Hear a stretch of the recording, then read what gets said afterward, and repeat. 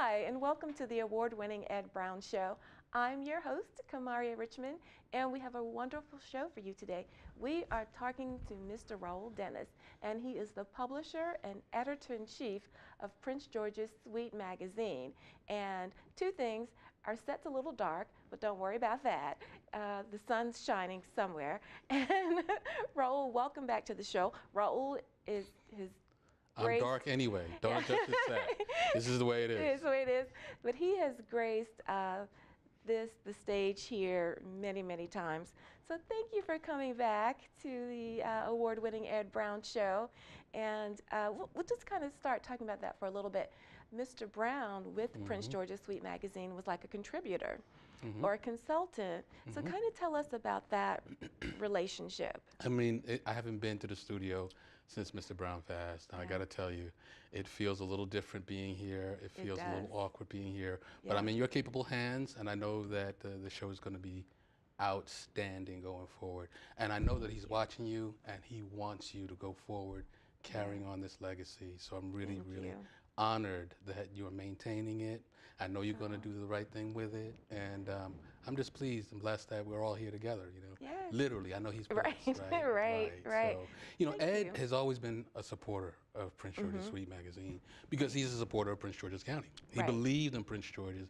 He believed in African-American communities. He believed in the community as a whole in Prince George's County. And his whole demeanor with regard to that, everything he did on his day-to-day basis had to do with how it's going to help his family, his community, and his beloved Prince George's County. So, you know, it's an honor to have worked with him.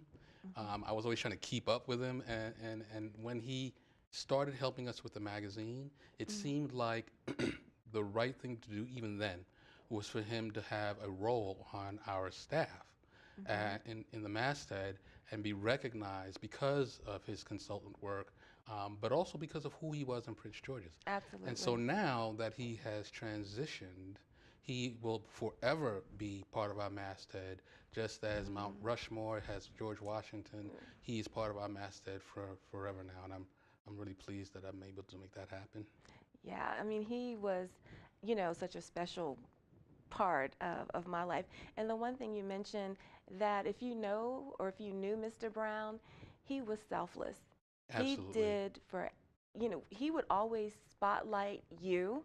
It was never about him. Everything was it was always, you know, how can I help you?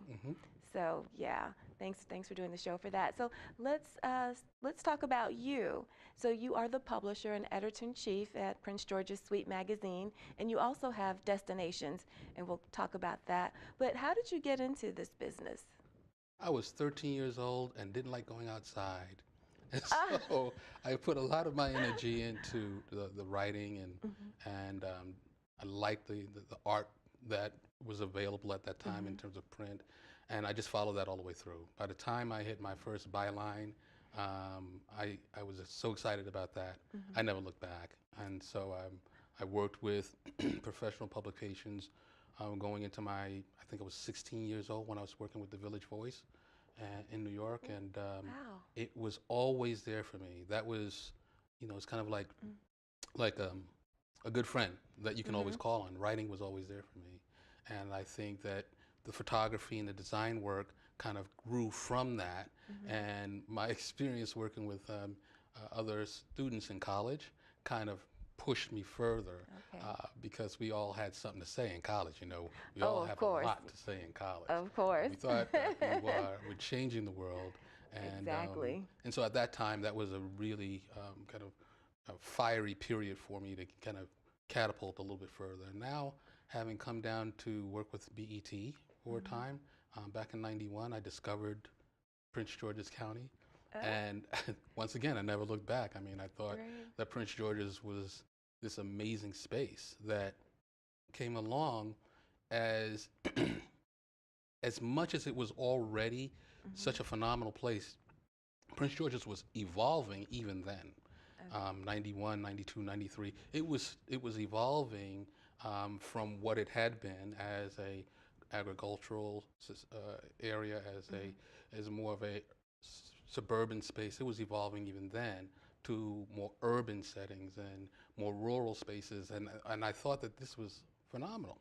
And I was surprised that there wasn't a publication that represented the entire body, that represented the entire spirit of the county. And lo and behold, it made sense about 10 years after that. And how was the magazine founded? Like, where did it come from? Well, So, yeah, you because know, that's an interesting story on, okay, we're going to publish a magazine and publish it right where we live. So it's great for the community, but how did the whole thing come about? money. We, we never had the startup capital that we needed. And they say when you start a business, you've got to make sure that if you need $20,050, make sure that you get $20,050 to start it off with. Otherwise, you will forever be chasing whatever that gap is. We didn't listen to that. And so it turned out that our passion for getting it done was exceeded our wallets. I started it with $20,000 of my own money, but we needed closer to 50. And so we always chased that other. But it was, again, it was a commitment. It was something that I believed in, something I still believe in. I believe in Prince George's County. And I believe that what we did then was the right thing to do. I might have done things differently, absolutely. But people like Ed Brown made sure that we never faltered and that we stayed the course. And meeting yourself, meeting the people in the studio here, your mom, people who have that grit in Prince George's County and for what we do here, you can't turn your back on that. It's great stuff. It's a special place. It is. It really is. Tell us about the magazine. And you were talking about me and my notes, but I mean, you focus on what's trending: people, food and drink, arts and culture, parties, health and business, and all that kind of good stuff. So how do you? Well, tell us about that. Tell us about what's going on in the magazine. Right.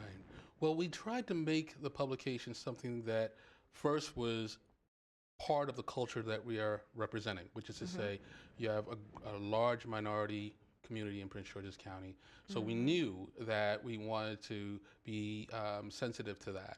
We wanted to be image oriented. We wanted to bring color to the book in terms of our use of color throughout it. We didn't want to be kind of too laden with some of the things that I think kind of reflect what the approach to magazine style was in the 1940s and 50s, but at the same time, we wanted to borrow some of the heart of those, Life magazine, the big images, and Jet magazine and Ebony magazine, when they had those great images of people, Sidney Poitier and all those folks from back in the day. When they looked great, they made us all feel better. We wanted to do that. We wanted images and stories that made the reader feel like they were part of that they could connect to whomever they were reading about, but at the same time, they could feel that glamorous, that status to them and want to reach for that. And that's kind of where the name came from, in fact, that at one time, the suite at a hotel or the suite at a particular location was the best room in the space. And so not everybody got there, but you certainly aspired to. And if you weren't able to get there just yet, you could get there at some point. And so that's where we wanted people to kind of feel that we had a bit of an exclusivity about it, but nothing that said that you couldn't arrive there at some point. And that's where the name came from. And I love that because you're really talking about culture. You're talking about generations. You're talking about culture. Because when you talk about like Ebony and Jet, and everything was so fabulous, and those were people that you looked up to, and you wanted to read about their life. And if you didn't, even if you didn't have that life, you knew that was something that you could do. And if you couldn't do it yourself, at least you could read about it. You can relate to it. You can relate to it, right. I remember for myself, Life magazine and again, those big, great spreads, those made an impression on me. And even though, again, we're sitting in the 21st century now, we're looking at a whole new millennium. Right. and a whole new way of telling stories. So we combine things with video, and we do blogs, and we work with social media, and we work with all these other platforms. But it still comes down to the same thing. You've got to be able to tell a good story.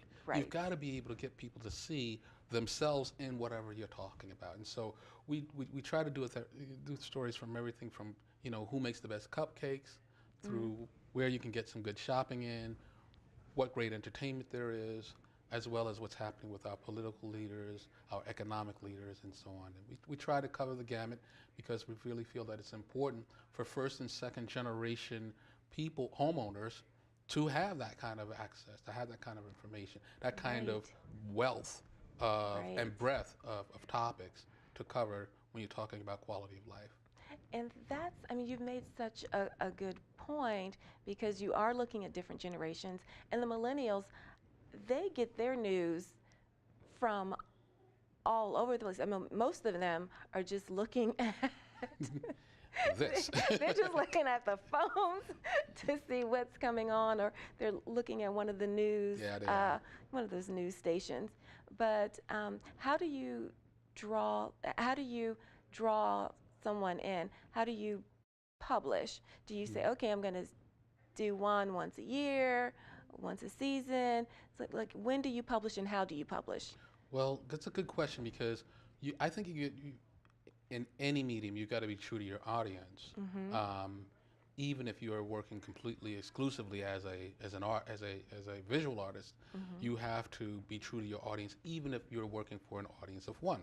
Right. And so what we try to do with the millennial audience is more, I would say, accurately the work that we're doing online, which is to try to keep the information fresh.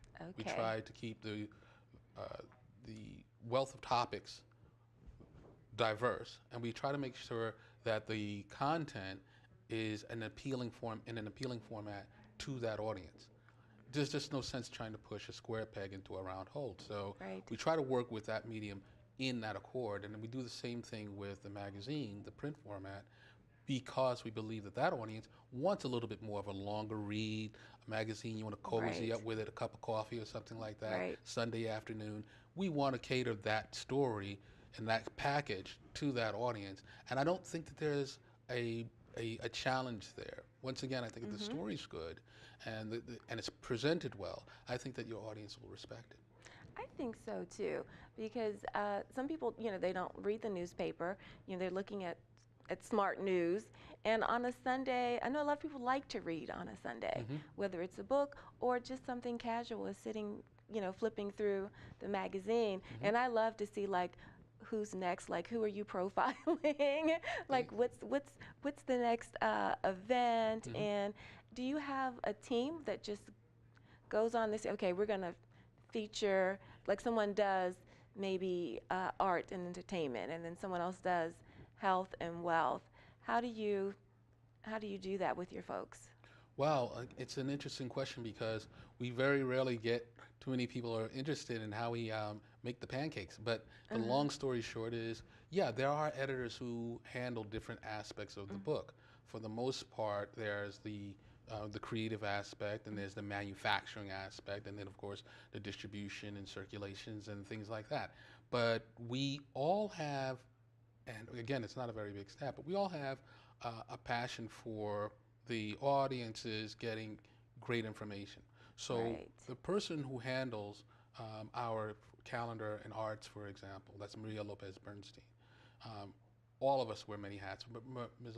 Maria handles a lot of content when it comes to entertainment, when it comes to Okay. going out, and so destinations is her purview. And then a lot of that will come over into the regular edition of the magazine, or will come over onto the website. So all of these platforms at pgsuite.com wind up being feeders into different platforms of the magazine, different platforms of the site, different platforms within our social media. So what you'll see on our Instagram and our Twitter and our Flickr platforms are plugged in to what you're seeing on the website, on the e-broadcast, in Okay. destinations, and they're coming probably from the same editor, but she's probably siphoning it off depending Okay. on which section it is. Okay.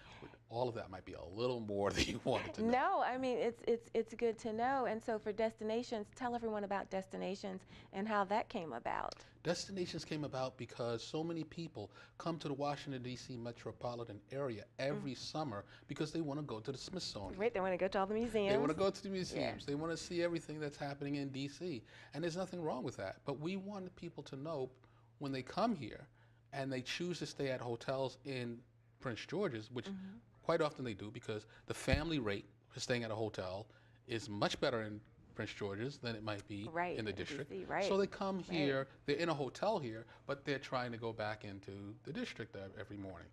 What we wanted to do is get their attention. Let them know that when you come here, you're not just at a hotel to sleep, to get ready to go someplace Right. else. Take a look around you of the things that are within 5 miles of where you're actually standing. And you know what? There's quite a bit. And so when people Yeah. realize that Six Flags is actually here, when people realize Yeah. that National Harbor is here, and they realize all the great theater that we have, and they realize the great parks we have, and they realize the great golf that we have, then we start to pull them in and say, well, you know what? I didn't know this, but we can add this to our vacation experience and at the same time enjoy the Smithsonian. And where can you find destinations? So Destinations started out as a print book, just as the suite is. And what we would do is we would distribute it specifically to hotels Okay. and to museums and theater spaces, because once again, that's where your consumer traffic goes. That's where your destination and traveling traffic is. And so that's where it was very important to have it there. At this moment, we are more of a digital book with destinations. It's primarily a digital book, and it's available through our site, and again, pdsuite.com. But I'm happy to share more details about it. But what we would love to do is to see destinations become, once again, part of that hotel experience. And I can't really tell you exactly how we want to do that right now. It's a little bit of a insider piece, but we want to keep it digital. I'll give you that as a hint. Okay. And I mean, we're all plugged in. I was talking about the young people, but we're really all plugged in. You are the young people. We are all plugged in to social media, to those phones, because, people are busy. And if you're someplace, just a quick little glance to get you what you need to know is great. Absolutely. And so what's next? What's coming up? Well, we want to do some things with our county executive.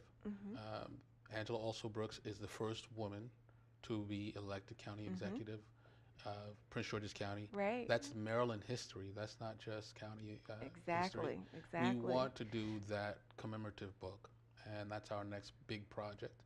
It'll be a 64-page edition. It will again feel like what we did when we did the Wayne Curry Okay. book, which was very, very popular. That was People very were very nice. excited about it. Thank you very much, and I am hoping that we will capture some of that same magic with this book as we did with the Curry book.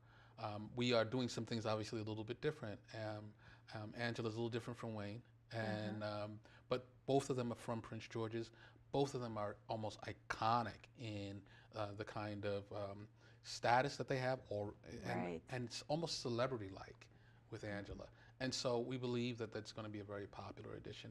And our deadline is April 19th for that. We expect to have it circulating in June, July, which is right around the time that she announced her candidacy for county executive. So it'll be a nice nod to that moment in history that she sparked and obviously was able to achieve. We're very excited about it. I mean, it was very, very exciting.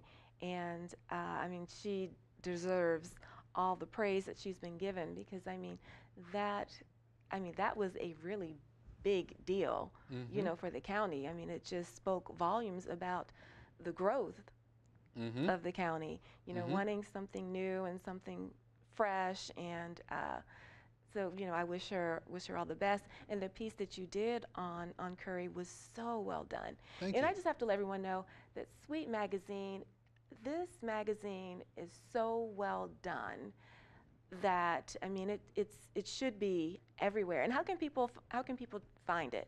Well, one of the great places that we tell everybody, Wegmans. Go to Wegmans because Right. everybody knows who Wegmans is, and it's centrally located, and so it's quite easy to get to in Largo. So that's one of the spaces. But of course, there are a number of spaces. I encourage people because you get a chance to look at some great art. It's a Yes. overdue recognition art gallery. They carry us as well, and I think you can get a very good price there. Wink, wink. If you go to the gallery, because once again, we really want people to take a look at the great work that's there. And there are a number of other places. Wellspring Manor, which carries the magazine. It's a brand new bed and breakfast kind of space, but Okay. it is phenomenal. We'll be featuring them next edition. Wellspring Manor, you gotta check it out if you haven't. It has all the trappings of a traditional bed and breakfast here in Prince George's, but it has some extraordinary music, extraordinary art, has a Wow. renovated barn on the property that they've turned into a mobile gallery. You have to see the space to believe it. It is Interesting. unbelievable. And then, of course, the other things like, the swimming pool and the gazebo and blah, blah, blah. You got to go. It's something you just got to experience. And so we hope people get a chance to do that this summer. So there are a lot of places, but I really encourage people to go by Wegmans and pick it up. But I got to tell you, I'm hoping that we can continue to come back and be part of the Ed Brown Oh, Show. of course. And I got to tell you why. Always. I got to tell you why. Because, Ed was a visionary. Yes. In everything that he did, he was ahead of the pack. And Yes. so when he started the first newspaper, he was already writing to an audience that hadn't even fully filled out its bootlegs yet, The Right. African American community wasn't as strong as it is today, but he was writing to an African American community with his publication. So he was ahead of his time. He was ahead of his time. Had to adjust. Yeah, he was ahead of Then his he time. went from there, he went and set up the Ed Brown and worked with the Ed Brown Show. And I think that's incredible because what he was doing there was taking his radio and print experience and bringing it to the airwaves. And Right. then he moved to YouTube with it, which I always thought was remarkable because it wasn't very popular when he started getting the show directed there. Right. So when he reached out to you to be part of this show, to continue this legacy, Ed was ahead of his time. Again, he was already thinking 10 and 20 years ahead of the rest of us. So I've got to tell you, Absolutely. it's a wonderful thing that you're here. I'm really proud of you and Thank glad you. that you're here. I'm hoping that we'll be able to continue working together, and I'm looking forward to it. Of course, and I have to say that Ed's family, they are incredible. Just talking to them, I mean, we are in love. We feel like we are related. So his family they're just as incredible.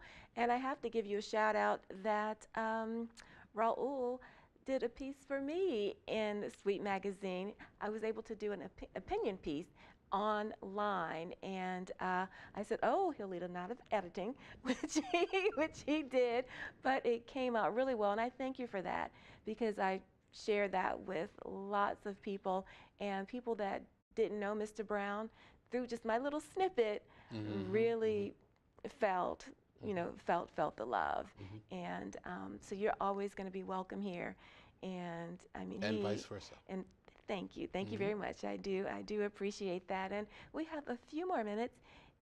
What else is happening?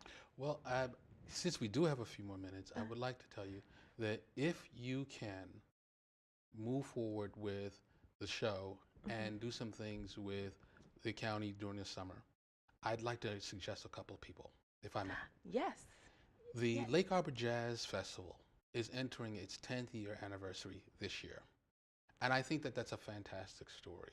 I think it's a fantastic story because anytime something hits that 10-year mark, 15-year mark, that's when they become an institution, a cultural institution, something that you look to be part of your life. It's just part of your day-to-day. That's the way you think of it. You don't really remember when it wasn't there. That's Right. where the Lake Harbor Jazz Festival has become for a lot of our residents and for a lot of people who come from around the country, including the artists who perform at the festival. It is an amazing experience. It is at this point, if I'm not mistaken, a 4-day weekend. It starts Thursday and it goes through Sunday night, maybe even Monday morning with their last breakfast. Okay. It is a world-class, extraordinary experience. And of course, the jazz is all throughout Saturday, but the events for the entire weekend are extraordinary.